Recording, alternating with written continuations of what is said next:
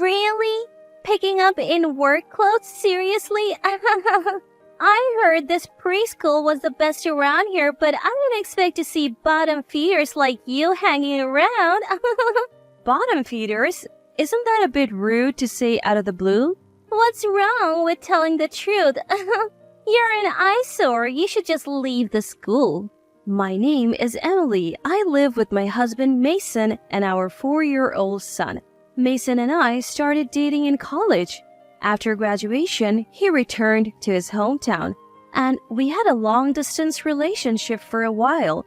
But 2 years later, he proposed and we got married. I moved to his hometown to start our life together. At first, adjusting to the new climate, local customs, and not knowing my way around was challenging. But Mason always supported me. When I asked the locals for help or advice, I found that most of them were genuinely kind-hearted.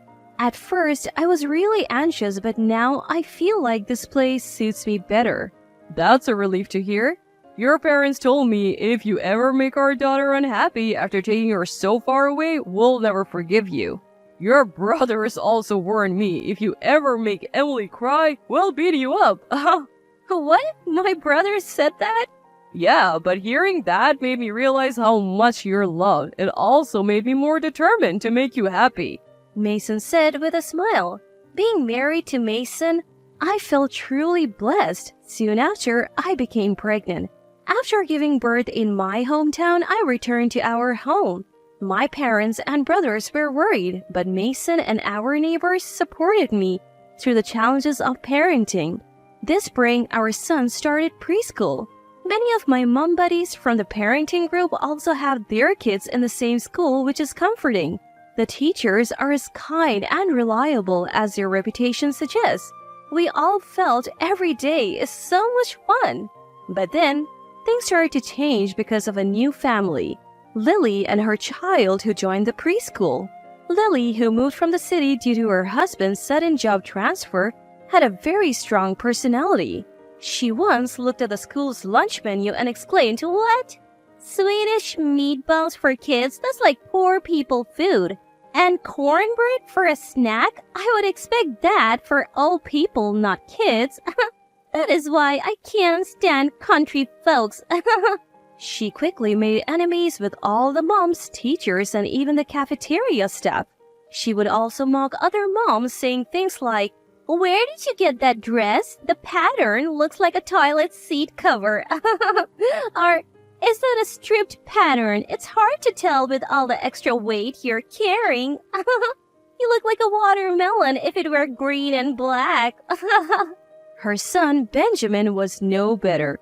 He would tease other kids, saying things like, "When your mom walks, the ground shakes." The teachers and principal would reprimand him, but Lily would just say, "Oh, so you get scolded for telling the truth in this school? Country life is so strange. I wonder if sensitive souls like us can really fit in here. Living in the countryside can be so daunting. I wonder if sensitive folks like us, parents and child, can really manage." The exaggerated way she said it made it clear, like mother, like son. I was naturally one of her targets, but I felt she teased and made snide remarks at me more persistently than the other moms. I wondered why. Then Mason said, "I'm sorry, the reason Lily is so hard on you might be because of me." Confused, I asked what he meant. He revealed, "Actually, Lily's husband is my half-brother." According to Mason, after his biological mother passed away young, his father, Ryan, remarried. Ryan's new wife, Fiona, gave birth to Lily's husband, Tyler. You remember only Ryan attended our wedding, right?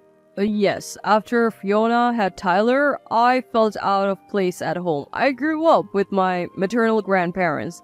My uncle's family lived there too, and they treated me like their own. They are really kind to me too. To be honest, my connection with my dad was just him sending child support. I never really felt like his son. I even debated inviting him to our wedding, but my uncle said, "He's still your father," so I did.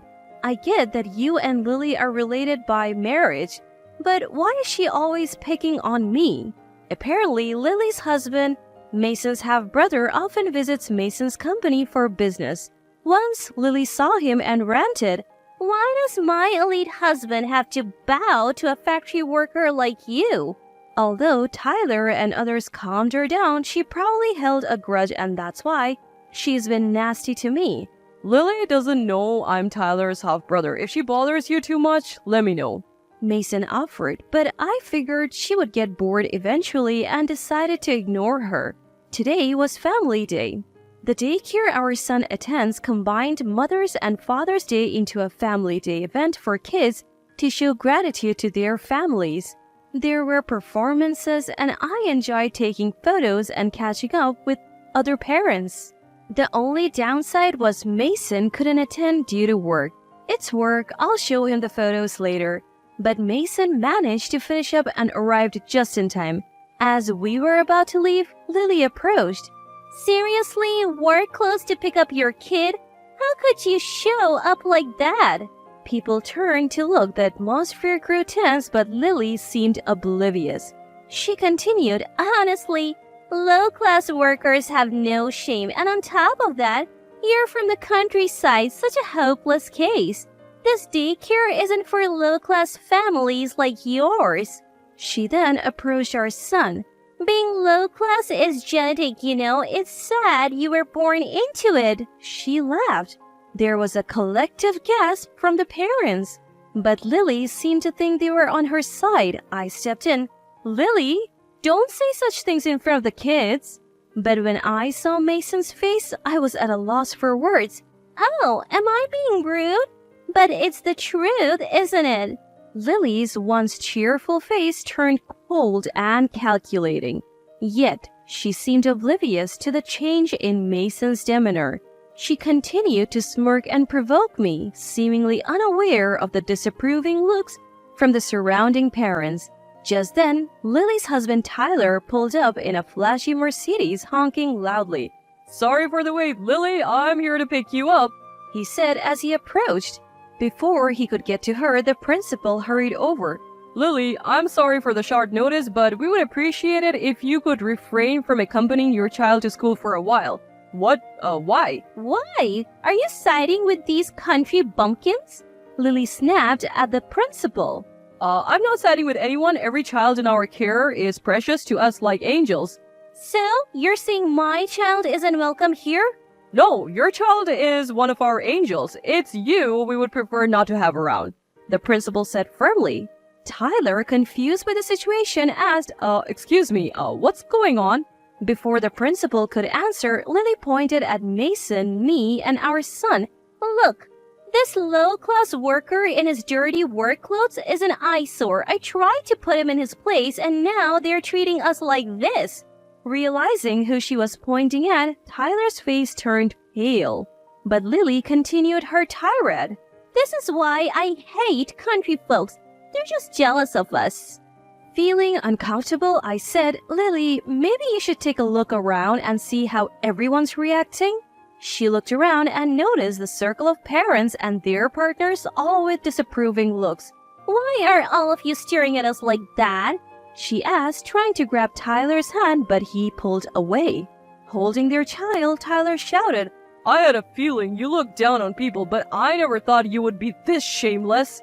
He then approached us, deeply bowed, and said, "I'm truly sorry. I'll come to apologize properly later." Lily was stunned. As Tyler walked away without looking back, she shouted, "What's going on? Why are you siding with a low-class worker?" Before Mason or I could respond, the principal explained that Mason's company, run by his maternal family, is one of the largest in the area. Many parents at the school work there, and almost everyone in the community has some connection to it. "But still," Lily tried to argue. Mason interrupted. "Our company doesn't only work with your husband's firm. We have been doing them a favor by taking on their low-profit projects. I can ignore personal insults, but when you hurt my child, that's where I draw the line. We'll be cutting ties with your husband's company." "Fine. We'll find another supplier. My husband will probably be happy not to deal with this backwater place anymore," Lily retorted. As other parents began to leave, Lily realized she had no ride home. She tried asking the few remaining parents for a lift, but they either ignored her or audibly scoffed. The school, known for its vast playground and private farm, was located quite a distance from the town center up a hill. Eventually, only our family remained. Lily, seemingly desperate, approached us. "You'll give me a ride home, right?" Mason quickly retorted. I don't think someone like you would want to ride in a car owned by a low-class worker like me, right? Leaving Lily stunned. Lily tried to get a ride from the teachers, but they all claimed they were busy. She then tried to call a taxi, but due to a country music concert in the neighboring town, none were available. She decided to walk home, but her 2.75-inch heels weren't suitable for the journey. By the time she reached the bottom of the hill, she was a mess. After numerous calls, Tyler finally came to pick her up. However, he had already heard about Mason's decision to halt business dealings. This led to a massive argument in the middle of the street, which escalated to the point where the police were called. The next morning, Tyler, accompanied by his boss, visited Mason's company to apologize. However, after hearing the full story, the company's management was furious. They decided to continue their business dealings but refused any further discounts. Tyler left looking defeated. Word of Lily's outburst spread quickly in the tight-knit community. She became the subject of whispers and giggles wherever she went, eventually leading her to become a recluse. Tyler, blamed for causing issues with a major client, was transferred to an even more remote location. As for me, I continue to enjoy my days, juggling parenting and household chores. Surrounded by the smiles of my loved ones, I realize that happiness can be found anywhere.